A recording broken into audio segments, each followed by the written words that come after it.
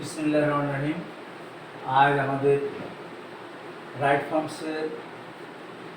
Forms of ভার্বের উপর চতুর্থ ক্লাস, অর্থাৎ পার্ট 4। তো আমরা 1 নম্বরে আলোচনা, যেহেতু পূর্বে আমরা কীভাবে একটা বাক্য অ্যাক্টিভ এবং প্যাসিভ হবে সে সম্পর্কে ধারণা দিয়েছি। এবার আমরা বাস্তব প্রয়োগে আসতে পারি। নাম্বার 1, দ্যাট হুইচ হুয়ের আগে যে নাউন বা প্রোনাউন থাকে তার আলোকে ভার্ব হবে, অর্থাৎ দ্যাট হুইচ হুয়ের আগে যে শব্দ থাকবে ওটাকে বলবো অ্যান্টিসিডেন্ট, ইংরেজিতে বলে অ্যান্টিসিডেন্ট। তা আমরা অ্যান্টিসিডেন্ট না বলে সংক্ষিপ্ত আকারে আমরা বলতে পারি, যেটা আমাদের মনে থাকবে। এই জন্য বলছি দ্যাট হুইচ হুয়ের আগে যে নাউন বা প্রোনাউন থাকে তার আলোকে ভার্ব বসে বা হবে। যেমন আমরা বলতে পারি বান্না হু B A brilliant student will shine in life.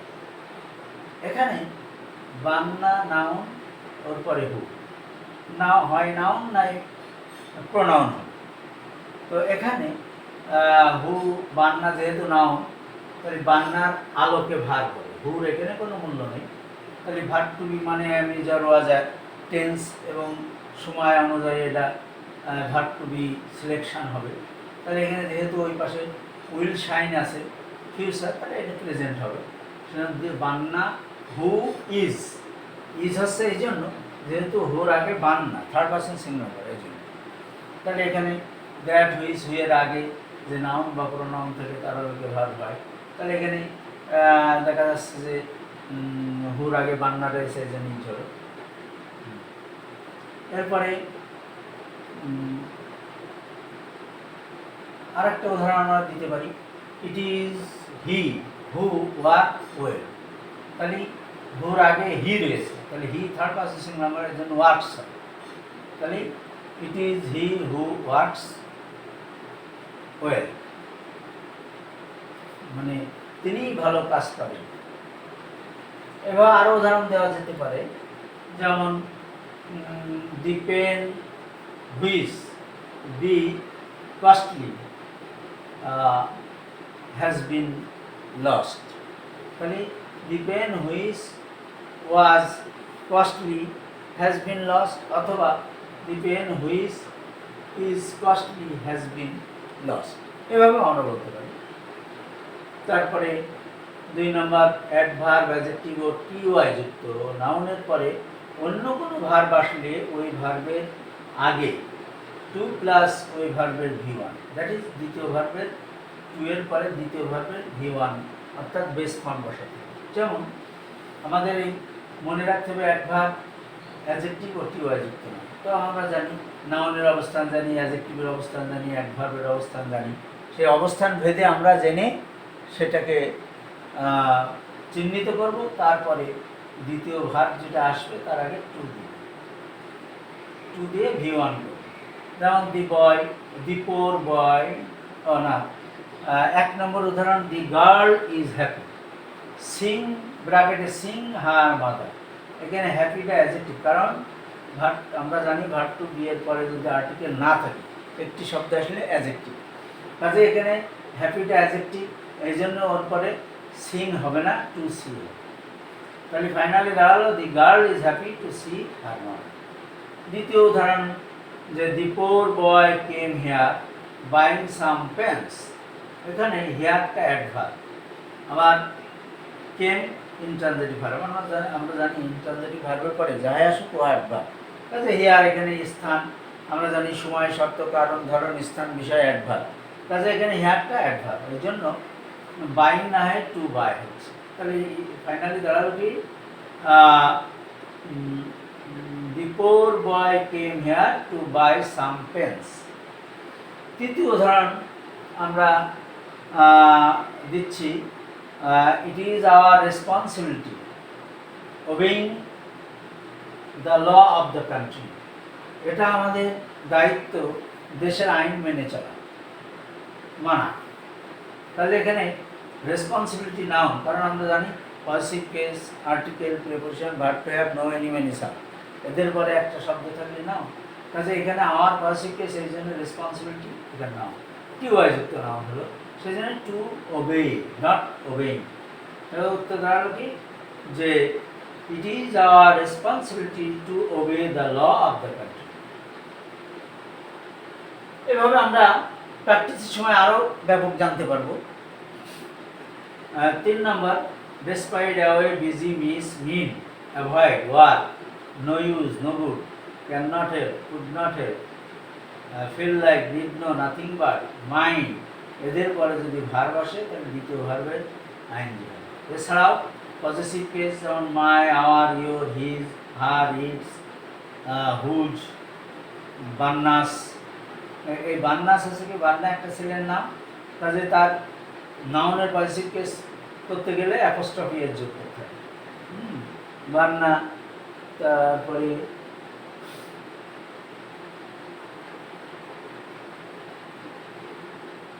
এইভাবে এগুলো সব পজিটিভ কেস।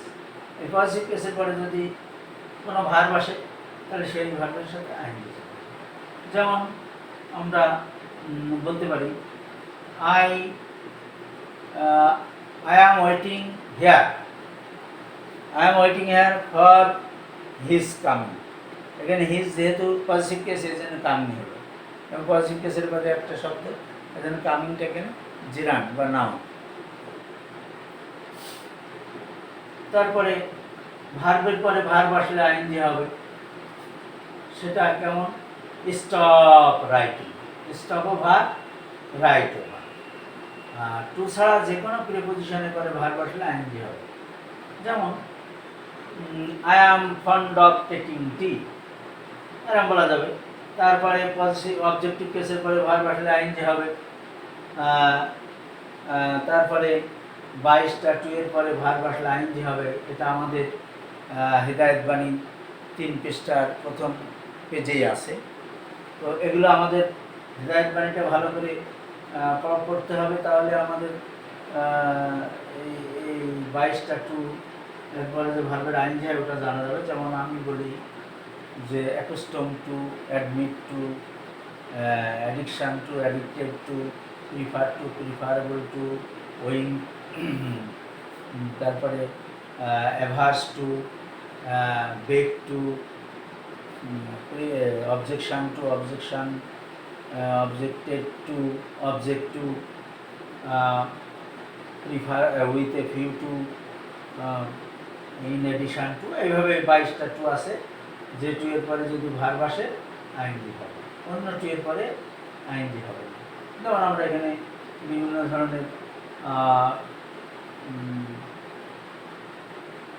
ডেসপাইটের পরে ভার্ব আসলে আইনজি হবে, তাহলে despite B busy, despite being busy, beta being হয়ে যাবে, কারণ ডেসপাইটের পরে ভার্ব আসলে আইনজি হবে। হি অ্যাটেন্ডেড দ্য ফাংশন, ব্যস্ত থাকা সত্ত্বেও সে ফাংশনে যোগ দিয়েছে। তারপরে I can not help do the work, আমি কাজটি না করে পারতাম না, তাহলে এখানে ক্যান নট হেল্পের পরে ভার্ব আসছে ডু, এর জন্য আইনজি হয়েছে, doing the work.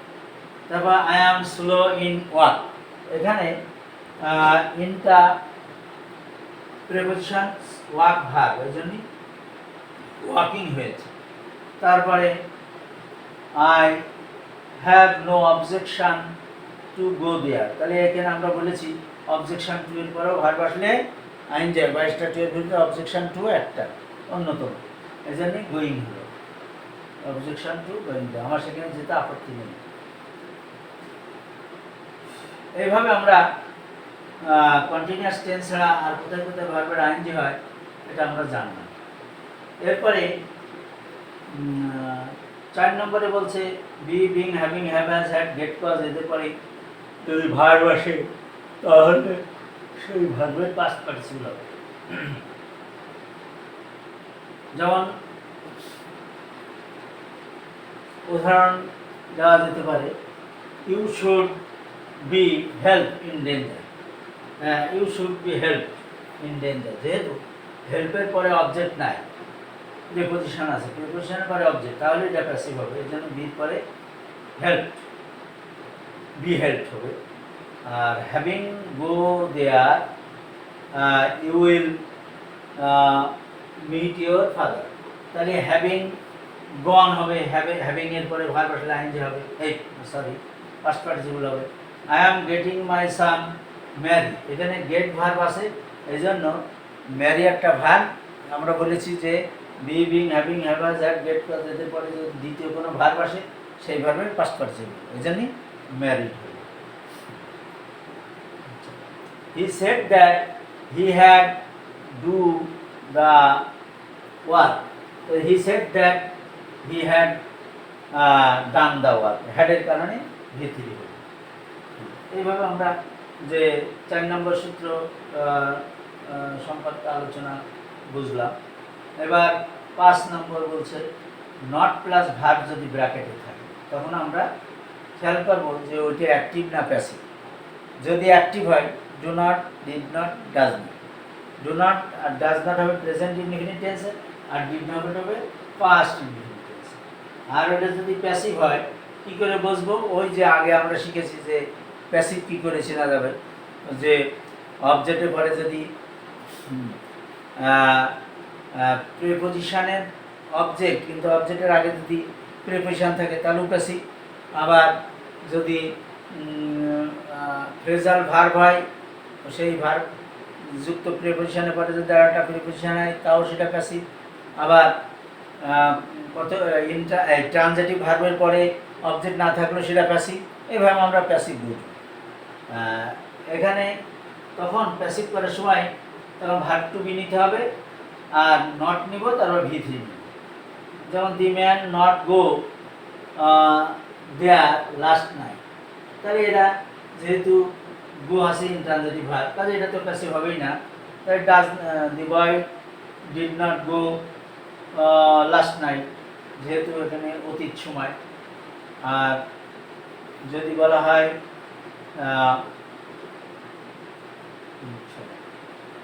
The boy is not বা was not punished, the boy not punished for his good deeds, for his good deeds or bad deeds, যেকোনো হয়। the boy was not punished অথবা will not be punished অথবা has not been punished। এইভাবে আমরা not plus verb থাকলে কীভাবে সেটা solution করতে হবে সেটা জানলাম। তারপরে কোথায় কন্টিনিউয়াস টেন্স আর কোথায় কোথায় আইএনজি যোগ করতে হয় সেটাও জানলাম। তারপরে দ্যাট, হুইচ, হু, এরপরে নাউন, এর আগে যে নাউন প্রোনাউন, এরপরে যে নাউন প্রোনাউন থাকে, হ্যাঁ নাউন প্রোনাউন থাকলে এর আগে তার আলোকে যে ভার্ব হবে সেটাও জানলাম। আবার অ্যাডভার্ব, অ্যাডজেক্টিভ, অ্যাডজেক্টিভ নাউন করে অন্য ভার্ব আসলে আইএনজি সেই ভার্বের আগে 2 + V1 নিতে হবে সেটাও জানলাম। এইভাবে আমরা আজকের মতো